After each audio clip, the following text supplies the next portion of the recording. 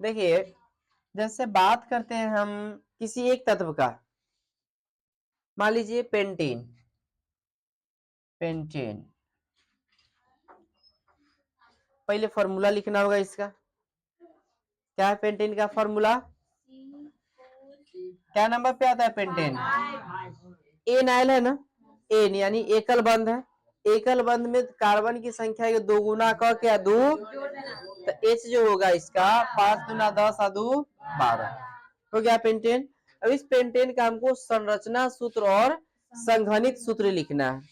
देखिए कार्बन क्या गो है, 5 गो कार्बन को सजा दीजिए, 1 2 3 4 5। सब को कौन बंध से जोड़ेंगे? एकल बंध, क्योंकि ये में एन लगल है तो एन एल्केन में होता है।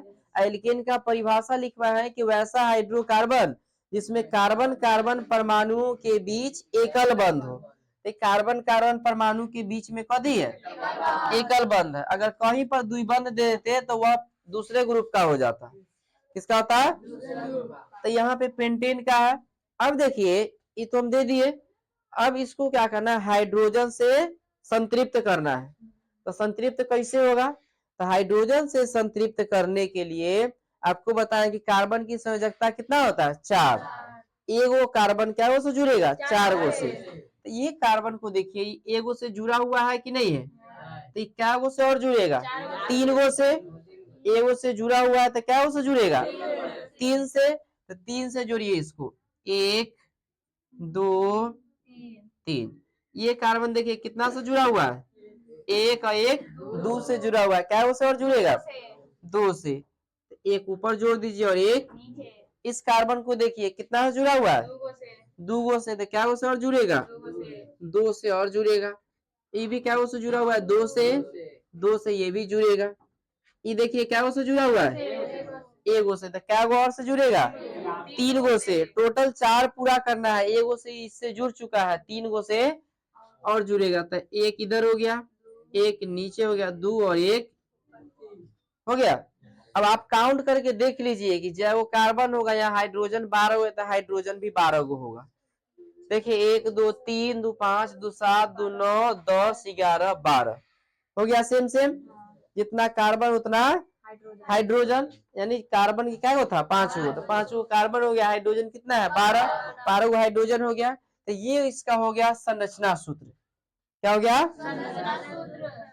ये हो गया उसका संरचना।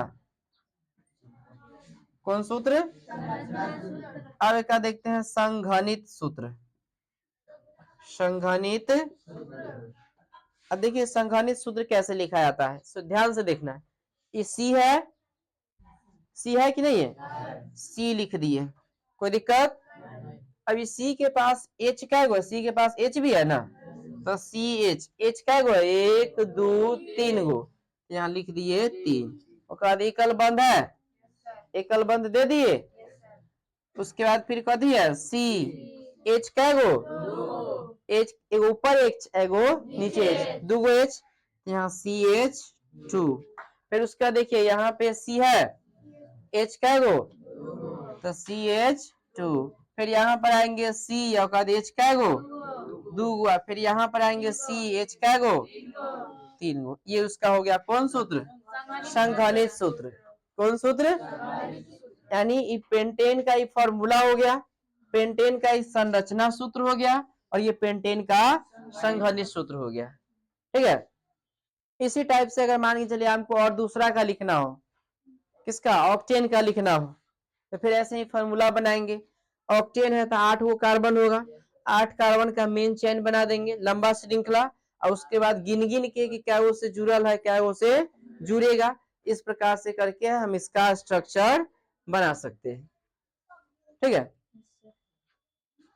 अगर हम इसी में देखें, किस ग्रुप का हो गया? ये एल्केन का। अगर एल्केन समूह का खींचते हैं तो इसी में कहीं एक जगह पर द्विबंध दे देंगे। एल्कीन में क्या होता है? द्विबंध होगा, कार्बन कार्बन के बीच क्या होगा? एल्काइन में क्या होगा? कार्बन कार्बन के बीच त्रिबंध होगा। तो त्रिबंध हो गया तो एल्कीन, द्विबंध हो गया तो एल्कीन, त्रिबंध हो गया तो एल्काइन, द्विबंध हो गया तो एकल बंध है तो एल्केन। क्या हो जाएगा? एल्केन। इसको लिख लीजिए।